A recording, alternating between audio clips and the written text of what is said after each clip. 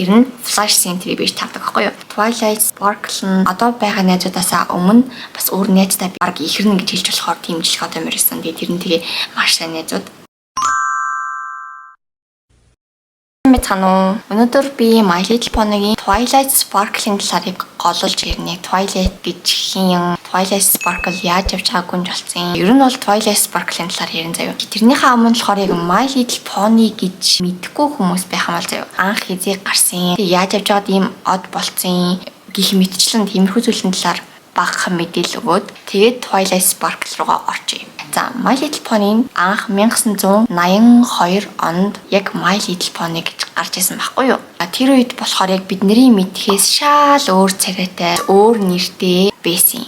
Generation 1, 2, 3, тэгээ 3.5, 4, 4.5 5 гэдэг байхгүй юу? Ингээд ийм олон generation-тэй. Хамгийн анхны generation буюу My Little Pony-гийн generation 1 нь 1982 онд анх гарч ирсэн байдаг байхгүй юу? Generation 2 нь болохоор 1997 онд, generation 3 нь болохоор 2003 онд, generation 3.5 нь 2009 онд, generation 4 буюу бидний хамгийн сайн мэдэх Pony маань 2010 онд гарч ирсэн байх нэ. Харин энэний дараа generation 4.5 гэх бас гарсан байгаа байхгүй юу? Generation 4.5 нь юу вэ гэхээр My Little Pony-гийн одоо бидний мэдих Twilight Sparkle, Rainbow Dash гэх тэр дөрүүдээ арай ингээд зураглалын өөрчлөлт, арай өөр үйл явдалтай болгоцсон байгаа байхгүй юу? Зарим мэдсэн мэж магадгүй, зарим мдэггүй ч магадгүй generation 5 нь болохоор 2021 оны 9 сард бас хамгийн анхны ингээд гаргаж ирсэн байхгүй юу? Одоо л тэр үргэлжлээ явж байгаа. Comic нь ч гэсэн шинээр гарааллыг тэр generation 5-ийнх нь бол хийгдээ явж байгаа. Generation 4-ийн манай гол дүрийн 6 маань яг нэг тийм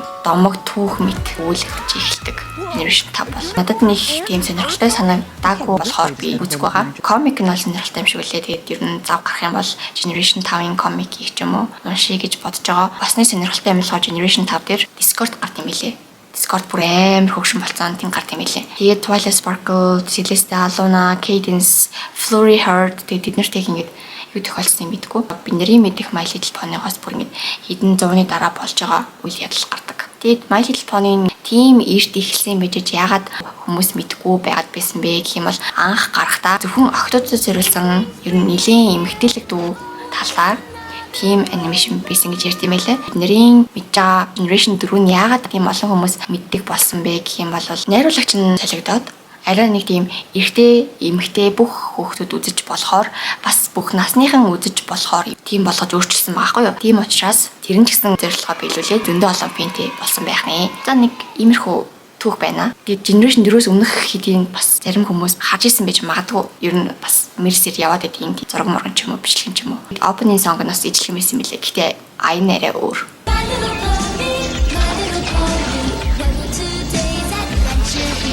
Одоо хэдүүлээ My Little Pony-гийн хамгийн ихний анги буюу Twilight Sparkle хамгийн анх Canterlot-оос Ponyville руу явдаг ангийг тэр чигт нэр нь жоохон ирэн саний. За Twilight Sparkle яг хоёр эгч дүүгийн талаар түүх уншаад эхэлдэг штэ. Luna Celeste хоёрын тухай ийм хар дарсан зүдний сар гэж байдаг. Тиймэрхүү зүйл уншаад тэгээд жоохон айд сандарсан төгшүүртэй байх үед нь Celeste Twilight-ыг нарны баяр Ponyville-д болох гэж байгаа. Тэгээд чи тийш очоод үйл ажиллагаа нь хэр явж байна шалгаад ирээ гэж явуулдаг. Тэнгүүд хамгийн анх Pinkie Pie-тэй таардаг байхгүй юу? Амар гайхаад. Тэг нөгөө Twilight Sparkle ер нь бол жоохон жожигдуу маягийн дүр анх гардаг штэ нэг дүр анги дээрээ. Тэгээд Pinkie Pie ямар сонин гар вэ гэж бодоод тэгээд цаашаа явж агаад бусад дүрүүдтэйг тараа явдаг. Шалгаж явж байхдаа Twilight жоохон төвөгшөөсөн байдалтай байдаг байхгүй юу? Ёо энэ Pony нут чинь ямар галзуу юм бэ? Хурдхан шиг буцаад Canterlot руу явах юмсан гэх мэтчлэн тиймэрхүү юм яриад тэнгуү Spike юу вэ ингээд нарны баярын өмнөх шөнө хэдүүлээ унтахгүйгээр нар мантахыг хүлээх хэрэгтэй биз дээ. Тиймээс Twilight ч гэсэн бид нартай хамт ингээд үдшилтэд оролцолтоо гэж уурдаг. Гэхдээ Twilight зөвшөөрдөг. Тэр тийм амар зожиг одомор байсан байгаа байхгүй юу? Нарны баяр мань болох гээд бүгдээрээ Celeste-аг дуудах гад, урих гад бийжийн хооронд хар дарсан зүудний сар буюу Nightmare Moon гарч ирэх тийм тохио байдаг. Twilight-ийн ганцаархнаа мэдчихэд айдас төгшүүртэй байгаад идэв штэ. Худлаа байгаасай гэ гуйгаа байжсэн чинь яг тэр нүнэн болж хараад Celeste гарчихгүй алга болоод за үнэхээр нүний юм байна. Одоо тэгэхээр би ч дүүсийн цамхаг дээр очиод EV элементийг олох хэвээр гэд тэгээ ганцаараа явах гэсэн боловч Applejack, Pinkie Pie, Rarity, Fluttershy тэгээд Rainbow Dash манай найзууд үгүй чамаа ганцаараа ингэ явуулахгүй аюултай. Хэдүүлээ хамтдаа явцгаая. Тэгэнгүүт Twilight үгүй. Би ганцаараа явах хэрэгтэй. Тэгээ нөгөө чинь үгүй явна маавна гэсээр хагаад хамт явахаар болов. Замдаа ямар нэгэн жижиг сажиг саад бэрхшээлтэй таарад тэр болгонд нь 5 элементийн нөгөөх чинь яг нэг эзэмшсэн байгаа. Нэрээ гаргаал харуулаад Twilight тэрийг анзаарал өнгөрөөл явж байгаа. Яг очсон чинь нөгөө Nightmare Moon EV элементийг устгахчихдаг байхгүй юу? Twilight бүр нэг амар сандраад яхаа мэдгүй байж янгууд нэр нь нөгөөд чинь нэг юм байсан штэ. Тэгэхээр надад найдвар байгаа юм байна гэдгийг ухаарад Nightmare Moon-ыг ялаад буцаад нарыг авчираад Celeste-г авчираад тиймдэл болтгоо. Яг тэр үед Celeste гарч ирээд за Twilight Sparkle ч үнэхээр сайн байла. Одоо ингээд Canterlot руу буцах цагчин болсон гэдэг баггүй юу? Тэнгүүд Twilight-ний тийм хорогдонгүй байдалтай яагаад гэвэл нөхөрлөл гэдэг ямар сайхан зүйл байдаг вэ? Найзууд бие биендээ дотоод зүйлээр нь тусалсан биз дээ гэдгийг ер нь бол ойлгоод авсан. Тиймээс болохоор би одоо энд ийм сайн найзуудтай болчоод буцаад Canterlot руу нэг хэдийгээ хаяад явна гэхээр жоохон хорогдонгүй байсан байхгүй юу? Тэгсэн чинь Celeste гүнж болохоор за тэгвэл Twilight Sparkle би чамд шинэ даалгавар өгье. Чи Pony бэлдүүлээд хөрлийн талаар шинээр мэдэж авсан зүйлээ 7 хоног болго мэддэг байна. Гэт тийм даалгавар өгөөд тэгээ Pony бэлдүүлдэг байх нь. Одоо Twilight-ийн гэр бүлийн талаар ярив. Twilight-ийн ээжийг Twilight Velvet, аавын Nightlight буюу Miss and Mr. Sparkle гэж байдаг. Twilight Sparkle дээр нэг ахтай ахын Shining Armor гэдэг ер нь ордны хамгаалагчдын ахлагч гэх юм уу тийм цолтой одоо мөр байгаа. Twilight-ийн бага насны талаар ярих гэх юм бол Twilight багтаа ижидийг маш их сонирхдаг байсан. Ижидийн ном уншдаг, тэгээд ижидээ сайжруулахыг маш их хичээдэг. Тэрийн ээж аав хоёр нь анзаараад Celeste гүнжийн ижидийн сургуульд явуулахаар болдیں۔ Тэгээд Twilight шалгалт өгөөд шалгалтын дээрээ унахын даваан дээр гадаа Sonic Rainbow болоод тэгээд Twilight гинт доторх ижид нь сэргээд тэгээд шалгалтандаа ялдаг. Тэгээд Celeste гүнжийн анхаарлыг маш ихээр татдаг байх нь өөр төрөө. За энэ үед Twilight Sparkle-ийн гэр бүлийнхэн 5 дахь гишүүн буюу Spike мэндэлдэг. Шалгалт өгж явахдаа Spike өндөг байсан. Тэгээд Twilight тэр Spike-ийг өндөг багт нь хаалж гаргаж ирээд тэрнээс хойш дандаа хамт байгаад ер нь бол гэр бүлийн гишүүн шиг нь болсон.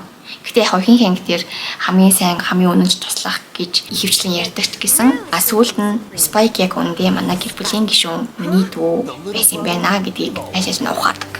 Twilight Sparkle нь бас одоо байгаа найзуудаасаа өмнө бас өөр найзтай байсан. Тэр нэг гэр бүлийн нэтер ангид харагддаг штеп. Одоо Америк хууж ирээд өмнө дансаар бид нэрийг өдөрчлөгт өрсөн. Хэдүүлээ явъя гэсэн чинь Twilight номоо уншаад тэгээд гэрчтэй үгүй би амжихгүй гэд яваад өгдөг. Тэгээ бүр сүүлд нь season 5 дээр яг Moon Dancer гэж юм байсан. Тэгээд тэр өмнөх найзууд нь ямар одоо морд байсан, өмнө ямар харилцаатай байсан гэдэг тухай гардаг. Тэрэн дээр болохоор Twilight яг Moon Dancer-тай ер нь дийл сүүл нь маш ижилхэн баг ихэрнэ гэж хэлж болохоор тийм ижилх одоо мөрсөн. Тэгээд тэр нь тэгээ маш сайн найзууд байсан билээ. Twilight нөгөө өөрөө хичээлдээ их анхаарлаа хандуулдаг зангаасаа болоод хөндөрөөд тэрийгээ өөрөө ч мэдлгүйгээр Pony руу яваад эндээ сайн найзуудтай болоод гүнж болоод баг нэлийн хэдэн жилийн дараа Moon Dance-ыг би яагаад мартаж чадаа. Би өмнө ийм найзуудтай бас байсан шүү дээ. Тэд нэр дээрээ ч гэсэн очих хэрэгтэй. Тэр найзууд дээр очиод уулздаг тийм ингэ гардаг. Тэгээ Moon Dance-аар хамгийн сайн найз байсан. Тэгээд дахиад 2 өөр найз байсан. Дөрвөлээ ер нь найзлдаг байсан гэсэн үг. Тэгээ одоо болохоор Twilight хэрхэн гүнж болсон, яагаад гүнж болох гавьяг авсан тухай ярилцъя. Cadence болохоор угаасаа болор эзэнт гүрний, болор зүрхний тэмдэгтэй одоо мөр байсан шүү дээ. Тийм болохоор угаасаа хувь тавилан тодорхой болор эзэнт гүрний захирагч байхаар л төрсөн гэсэн үг цаанаас. Тийм учраас Celeste тэрийг мэдчихсэн болохоор гүнж болгосон шүү дээ. Харин Twilight Sparkle тэмдэг нь ийм олдон нэг том од тэгээд тойроо 5 од байдаг шүү дээ. Тэр нь болохоор алтан гадаас од, алтан гацод нь хүмүүс зүг чигээ олоход ашигладаг. Тойроо 5 од байдаг нь болохоор яг 5 найзууд нь байх. Фэнүүдийн тамагл бас байд юм лээ. Яг 5 найзууд нь Twilight Sparkle-ны одоо найзуудтайгаа яг анханасаа л заяаны найзууд байсан. Тэнгэн дээр нь ч хүртэл яг найзуудынхаа чиглүүлэгч нь байхаар төрсэн мэтэр тиймэрхүү утга учиртай тэмдэг байж болно гэж үздэг юм лээ. Twilight 3 дугаар бүлийн сүүлийн анги дээр гүнж болох шиг санагдаж байна. Тэр үед яг юу тохиолдсон бэ гэх юм бол Twilight Sparkle маш том сорилт ирдэг. Тэр нь найзууд нь бүгднгийнхэн тэмдэгэн солигдсон. Тэмдэгэн солигдсон учраас ингэж үүрэг нь өөр болчихно. Тэр одоо мэр тэр зүйлийг чадахгүй ч гэсэн тэмдэгэн тийм учраас тэр зүйлийг заавал хийх шаардлагатай болж байгаа гэсэн үг. Тэгээд тэрийг буцаагаад хэмнэн оруулахын тулд Twilight шинэ шившлэг зохиогоод найзуудаа бүгднийг буцаагаад хэмнэн оруулдаг. Тийм үйл явдал гардаг. Нэрээ юу илэрхийлж бэ гэхээр Twilight Sparkle өөрийгөө юу хийж чадах вэ гэдгийг Celeste гүнж ер нь бол ингэж батлаад харуулсан гэсэн үг байхгүй юу. Тэгээд Celeste за одоо тэгэхээр цаг нь ирсэн байна. Тийм учраас хөрлийн гүнж болгосон байнамаа. Тэгэхээр одоо хөрлийн гүнж гэдэг тэгэхээр яг тэр тэмдэг нь бол тарж агаад тэр голын од нь яг өөрөө тэгээд 55 од байдаг нь яг 5 найз нь юм шиг Celesta гүнж чинь нарны гүнж тэгээд тэмдэг нартай байдаг. Luna гүнж сарны гүнж тэгээд тэмдэг нь сар байдаг. Cadence гүнж болохоор болор зүрхний тэмдэгтэй. Тэгээд болор эзэнт гүрний захирагч. Яг ийм хувь тавилан тэмдгээрээ гарч ирсэн байгаа. Тим гүнж нар байна. За Flurry Heart-ийн талаар бол бүр сүүлд нь судалж байгаа дээрнэ. Одоохондоо Flurry Heart-ийн талаар ямар ч тийм мэдээлэл бол байхгүй. Эдийн My Little Pony 9 сизнийг үзсэн ч гэсэн мэдээлэл маш бага гардаг. Тийм одоо байгаа. Тэр ерэн судалгаа хийгээд эсвэл өөр ямар нэгэн комик байна уу? Тэрийг хайж үзсний дараа Flurry Heart-ийн талаар ярьж магадгүй, ярихгүй ч магадгүй. Мэдээлэл хэр алдах шалтгаална. За Twilight-ын тэмдэг болон Twilight хэрхэн гүнж болсон талаар нэг иймэрхүү мэдээлэл байна. За одоо хамгийн сонирхолтой зэдэг буюу Twilight Sparkle-ийн хайрын түүх. За Twilight Sparkle-ээс 4-р сизон хүртэл нэгэнд ямар ч тийм хайрын оч үүсэж байгаагүй. Сизон 4-ийн дараагаар My Little Pony Equestria Girls буюу хүн болдог анги нэрдэг.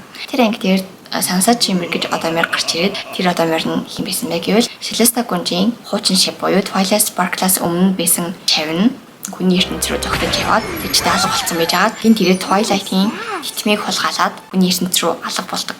Титмээ авахын тулд Twilight Sparkle Sunset Shimmer араас хүний ертөнц рүү ордог тийм анги байдаг. За тэр анги дээр Flash Sentry гэдэг хүн байдаг. Нэг гитарчин залуу байдаг. Тэрнтэй яг хоёр биендээ сайн болох эхлэн тавигддаг байхгүй юу? За нэг асуудал нь болохоор Twilight Sparkle одоо морин ертөнцид амьдардаг. Flash Sentry болохоор хүний ертөнцид амьдардаг.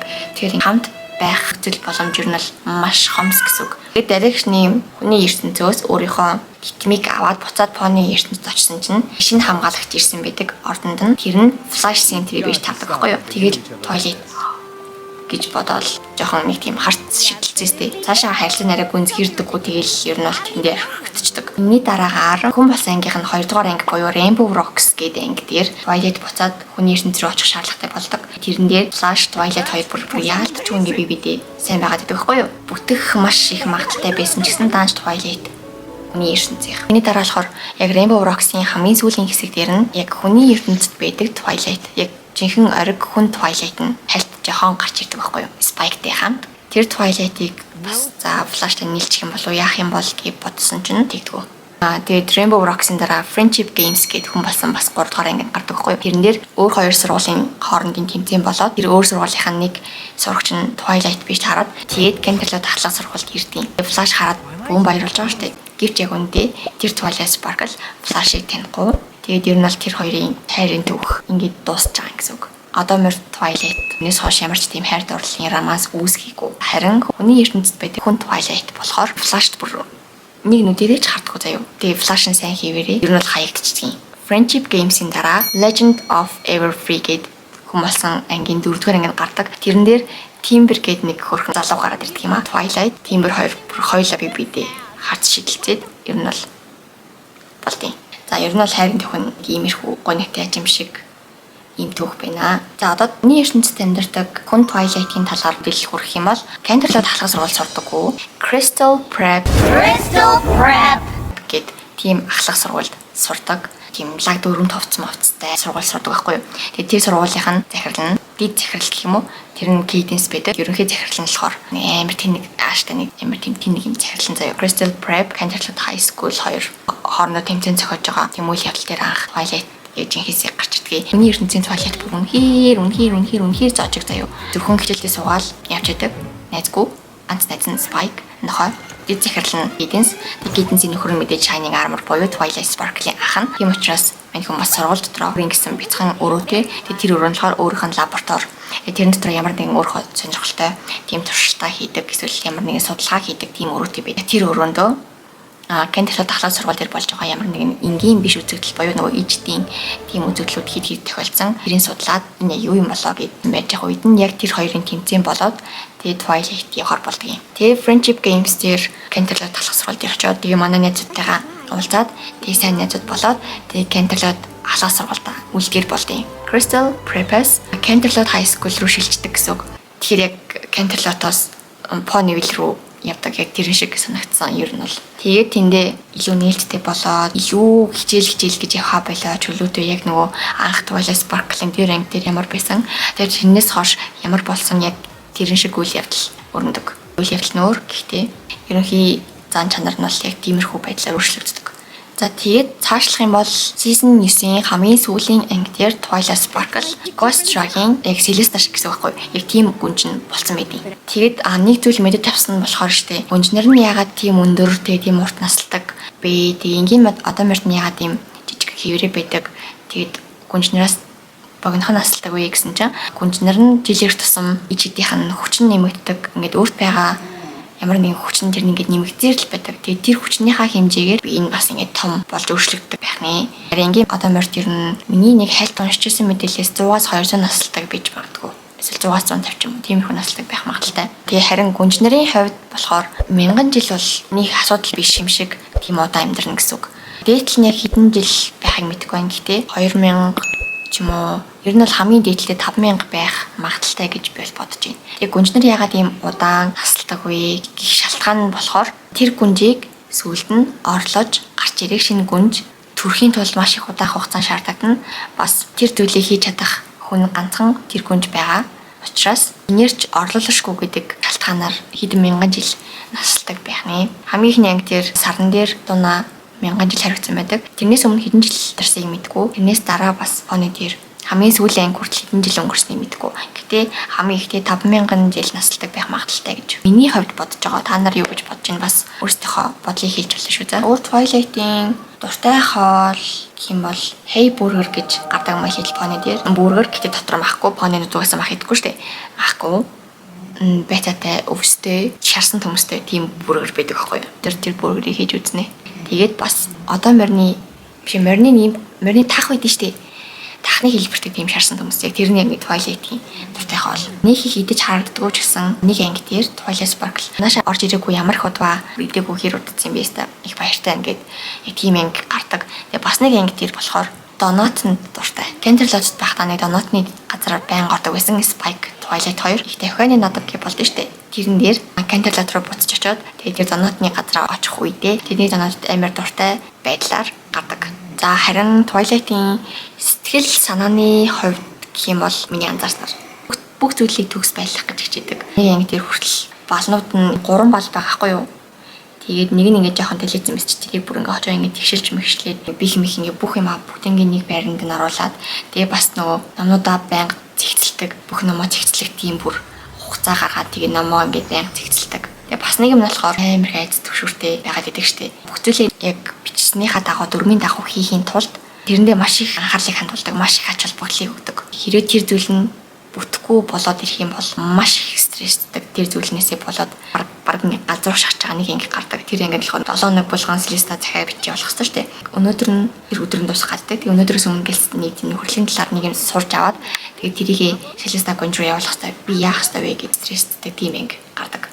За зан ашийн хувьд бол ер нь жаахан тиймэрхүү тал бас байдаг байх нэ. Төсөглөө анги дээр Twilight-ийг Celeste шиг мангар өндөр болсон өсөн бүр ингээд нэмэрсэн тийм болсон байдаг. Өөрөө бас яг шавтай болсон байдаг. Тэр анги дээр Celeste л өнөө хоёрт бас Cadence юу тохиолдсныг мэдгүй магадгүй тэтгэвртэй гараад амартлын газар амарч байгаа ч юм болов. За миний та нарт ярих зүйл бол ингээд дуслаа. Өөр миний яриаггүй үлдээсэн Twilight Sparkle-ийн талаар мэдээлэл байх юм бол та нараас комент хэсэгт үлдээж болно. За тэгээд Twilight-ийн мэдээлэл нь юм байна. Хамт байсан баярлалаа. Хамтдаа Twilight Sparkle-ийн талаар ярилцсан баярлалаа. Дараа нь би Sunset Chamber-ийн талаар бичлэг хийж магадгүй. Баяртай.